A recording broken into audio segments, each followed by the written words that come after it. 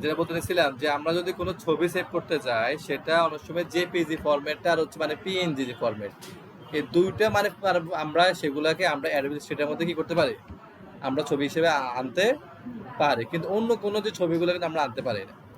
সেক্ষেত্রে আমরা কি করব স্যার?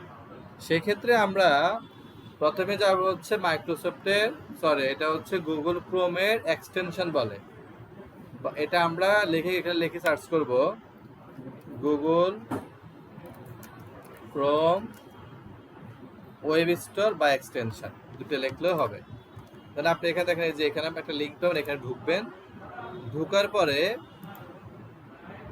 যেমন আমি এখানে একটু আরেকটু কথা অ্যাড করি, যেমন আমরা এখানে এটা লেখা লেখা লেখা কি ছিল, কিডস লার্নিং, আমরা একটা ছবি নিব হচ্ছে কিডস লার্নিং এর। হ্যাঁ, এখন এখানে যে ছবিটা আমি এখানে ব্যবহার করছিলাম সেটা কি আরো নিচ্ছে, এই যে এরা নাকি। এখন এই ছবিটা কিন্তু আমি যখন সেভ করতে দেখেন না ছবিটা আমার ক্লিয়ার হবে, এবার আমরা খেয়াল করবো যে ছবিটা যখন ক্লিয়ার হবে তখন সেভ করবে, এর আগে না। ফাইল থেকে সেভ এজে যাওয়ার পরে আসেন, ফাইল থেকে সেভ এজে যাওয়ার পরে আমরা আবার শুরু করতেছি এখান থেকে।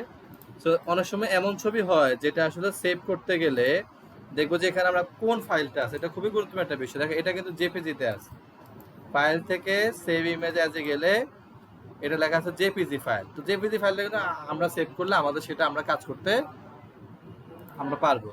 কিন্তু ধরো আমি এখানে আরেকটা ছবি নিলাম, ধরো এটা সেভ ইমেজে গেলাম, এটা আমার জেপিজি ফাইলে আছে, এটা দেখি এটা কিসে আছে আমার সেভ ইমেজ অ্যাজ, এটাও জেপিজি আছে, দেখি আমরা ওয়েব ফাইলটা কোথায় আছে।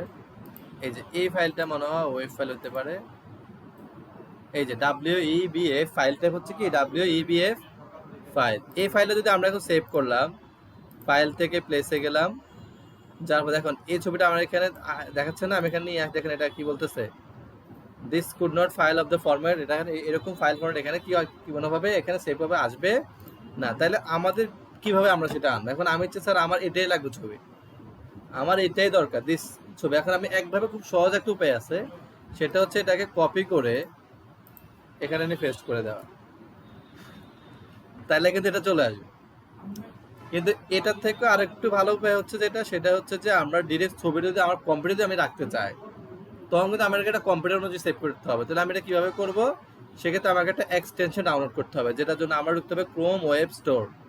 এখানে আমরা অনেকগুলো জিনিস পাবো, আমি এটা দেখাচ্ছি, আগে একটা দেখাচ্ছি। তো আমি এখানে লিখে সার্চ করব সেভ ইমেজ অ্যাজ পিএনজি, পিএনজিতে দেখি যে প্রথম যেটা আসবে এটা হচ্ছে আমাদের এক্সটেনশনটা।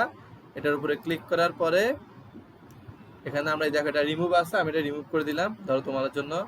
আবার এটা কিভাবে আমার কি লেখা থাকবে, অ্যাড টু ক্রোম লেখা আসবে, তবে অ্যাড টু ক্রোমে ক্লিক করব। ক্রোমে এখানে কি লেখা আছে অ্যাড এক্সটেনশন, এখানে ক্লিক করার পরে এটা আপনার এমনিতেই ইনস্টল হয়ে যাবে, আপনি কিছুই করা লাগবে না, সেটা আপনার এমনিতেই ইনস্টল হয়ে যাবে। এবার যদি আমি এখানে যাই রাইট বাটনে ক্লিক করি, প্রথম তো আমি কি পাইছি বলো, সেভ ইমেজ অ্যাজ পাইছে, আর নিচে আসলে পাবো হচ্ছে সেভ ইমেজ অ্যাজ পিন, যদি নতুন যেটা আপনি ডাউনলোড করছেন। এবার আপনি যে কোনো ছবি চাইলে পিএনজিতে সেভ করতে আপনি পারবেন।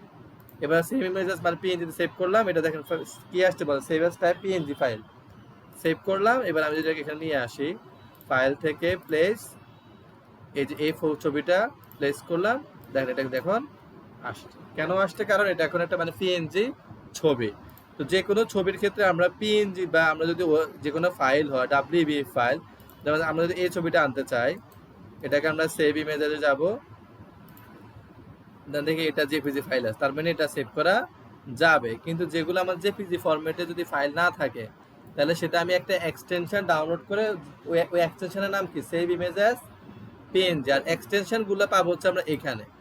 আর দেখো আমার এখানে লেখা কি বলে, অ্যাড ব্লক ফর ইউটিউব, মানে আমার এখানে যখন আমি কোনো মানে ইয়ে দেখি, কোনো রকম মানে ভিডিও দেখবে কোনো কি আসে না বলো, অ্যাড আসে না। আমি এখান থেকে যাই ভিডিও দেখবো এখানে কোনো অ্যাড আসবে না, দেখবেন আপনারা, দেখেন কোনো অ্যাড আসছে, কোনো অ্যাড আসে না। আপনি এখান থেকে দেখেন কোনো অ্যাড আসবে না, কোনো ভিডিওতে কোনো অ্যাড এখানে শো করবে না। কেন আপনি শো করতেছেন? ওই যে আমি এখানে একটা কি রাখলাম, এক্সটেনশন অ্যাড করে রাখলাম।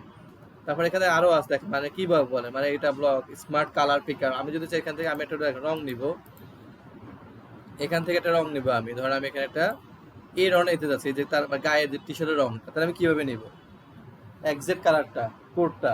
তখন আমি এখান থেকে এই যে কালার পিকার ক্লিক করে দেন এখান থেকে এই যে পিক কালার, দেন আমি এখানে যদি দেখেন এখানে একটা রং দেখা যাচ্ছে, এই রঙে ক্লিক করলাম, দেন আবার ঢুকলাম কালার পিকারে, দেন সে আমাকে এই রঙের কোড দেখাচ্ছে। এটা হচ্ছে এই হচ্ছে রঙের কোড নাম্বার। দেখছেন বিষয়টা? এগুলো আস্তে আস্তে আস্তে আস্তে শিখবেন আপনারা। দেখছেন এই 8 জিবি দেখছেন 240 ব্যানার তো এভাবে করতে আমরা এটাই বুঝলাম যে কিভাবে আমরা সেভ ইমেজ করতে পিএনজিটা দিতে পারি। বাসাটা দেখে নেবেন, এটা অনেক বেশি গুরুত্ব।